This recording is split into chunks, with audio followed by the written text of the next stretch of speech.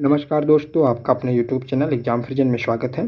दोस्तों, इस वीडियो में हम लोग इतिहास के महाजनपद काल से बनने वाले क्वेश्चन को देखेंगे। तो चलिए वीडियो को बिना देर किए हुए क्वेश्चन को स्टार्ट करते हैं। और ये जो हमारे क्वेश्चन है दोस्तों, ये आपके किसी भी कंपटीशन लेवल के एग्जाम की दृष्टि से बहुत ही ज़्यादा महत्वपूर्ण है। तो चलिए बिना देर किए हुए वीडियो को स्टार्ट करते हैं। पहला क्वेश्चन है, पाली ग्रंथों में गांव के मुखिया को क्या कहा गया है? तो पाल ग्रंथों में गांव के मुखिया को भोजक या ग्राम भोजक कहा गया है। उज्जैन का प्राचीन नाम क्या था? तो अवंतिका उज्जैन का प्राचीन नाम था। नंदवंश का संस्थापक कौन था? तो महापद्मा नंद नंदवंश का संस्थापक था। प्राचीन भारत में पहला विदेशी आक्रमण किसके द्वारा किया गया था? तो पहला विदेशी आक्रमण ईरानियों द्वारा किया गया था। सिकंदर ने भारत पर कब आक्रमण किया था? तो 326 ईसा पूर्व सिकंदर ने भारत पर आक्रमण किया था। अगला क्वेश्चन है, हर्यक वंश के किस शासक को कूणिक कहा जाता था? तो अजातशत्रु को कूणिक कहा जाता था। अगला है, किस शासक ने गंगा एवं सोन नदियों के संगम पर पाटलिपुत्र नामक नगर की स्थापना की थी? तो उदयनी ने की थी। अगला क्वेश्चन है, 223 ईसा पूर्व सिकंदर महान की मृत्यु हुई थी, कहाँ पर हुई थी? तो बेबीलोन में हुई थी। महान सिकंदर एवं पोरसपुरु की सेनाओं ने किस नदी के आमने सामने वाले तटों पर पड़ाव डाला था? तो झेलम नदी के तटों पर पड़ाव डाला था। अगला है, किस प्रकार का मृदभिंड भारत के द्वितीय नगरीकरण या शहरीकरण के प्रारंभ का प्रतीक माना जाता है? तो उत्तर काले पालिशकृत बर्तन में हमें भारत के शहरीकरण का प्रतीक माना जाता है। हमारे मगध की राजधानी कौन सी थी? तो गिरिव्रज या फिर राजगृह मगध की राजधानी थी। ओके, चलिए अगला क्वेश्चन चलते हैं। अगला क्वेश्चन है आपका यहाँ पे दोस्तों, किस शासक द्वारा सर्वप्रथम पाटलिपुत्र को राजधानी के रूप में चयनित किया गया था? किसके द्वारा? तो उदयनी के द्वारा चयनित किया गया था। 16 जनपदों की सूची उपलब्ध है कहाँ पर? अगुंतक निकाय में 16 जनपदों की सूची उपलब्ध है अगुत्तर निकाय में। ओके, अगला क्वेश्चन है, मगध का कौन सा राजा सिकंदर महान का समकालीन था? तो घनानंद मगध के राजा सिकंदर के समकालीन था। ओके, अगला क्वेश्चन है, प्रथम मगध साम्राज्य का उत्कर्ष किस सदी में हुआ था? तो 6ठी सदी ईसा पूर्व हुआ था। अगला है, सिकंदर के आक्रमण के समय उत्तर भारत पर किस राजवंश का शासक था? तो नंद वंश का शासक था सिकंदर के आक्रमण के समय भारत पर। ईसा पूर्व 6ठी सदी में प्रारंभ में भारत का सर्वाधिक शक्तिशाली नगर राज्य कौन था? तो मगध सबसे शक्तिशाली था 6ठी शताब्दी में।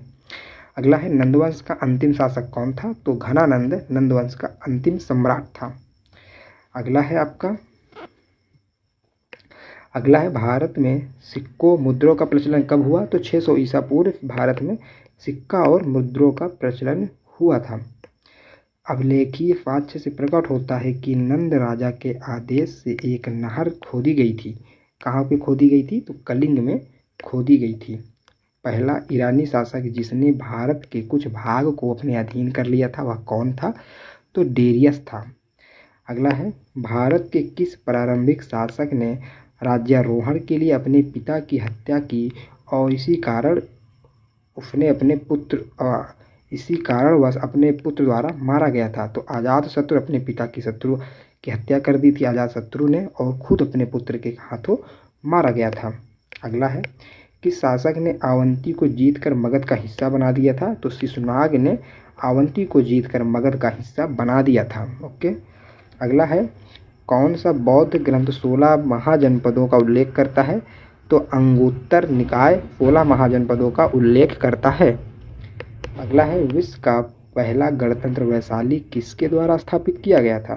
तो लिच्छवी के द्वारा स्थापित किया गया था।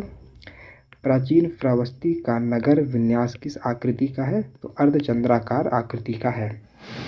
भारत के सबसे प्राचीन वंश के संस्थापक कौन थे? सबसे प्राचीन वंश के संस्थापक बृहद्रथ थे। अगला है, काली ग्रंथों में गांव के मुखिया को क्या कहा गया है? तो भोजक कहा गया है।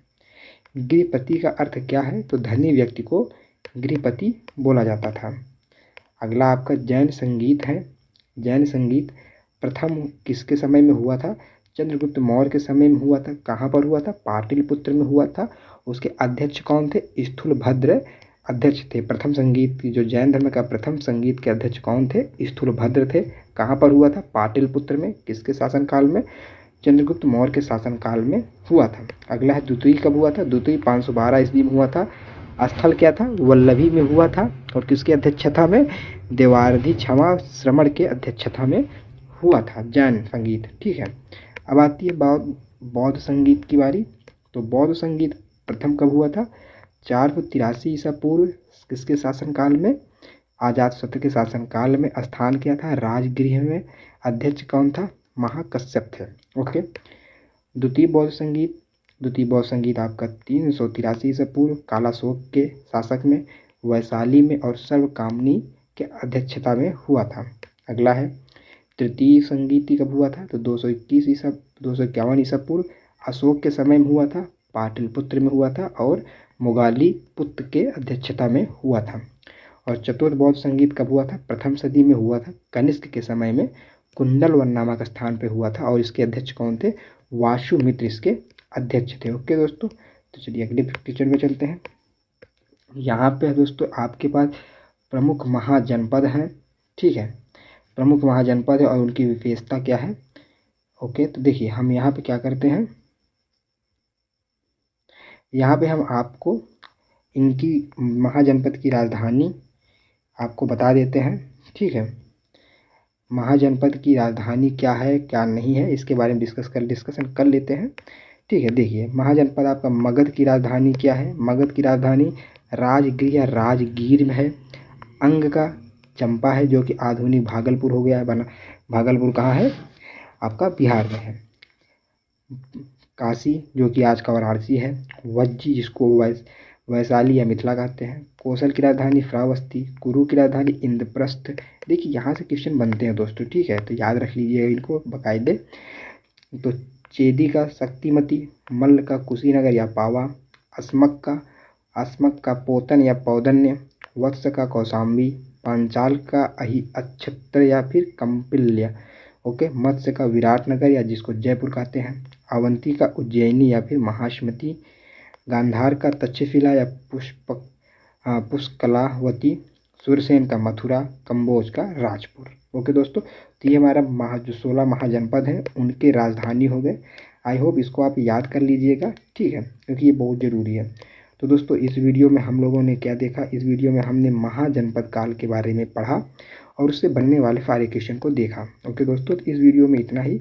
अगले वीडियो में हम लोग मौर्य काल को पढ़ेंगे। अगले वीडियो से हम लोग मौर्य काल को पढ़ेंगे। तो इस वीडियो में इतना ही, मिलते हैं अगले वीडियो में, तब तक के लिए बाय बाय।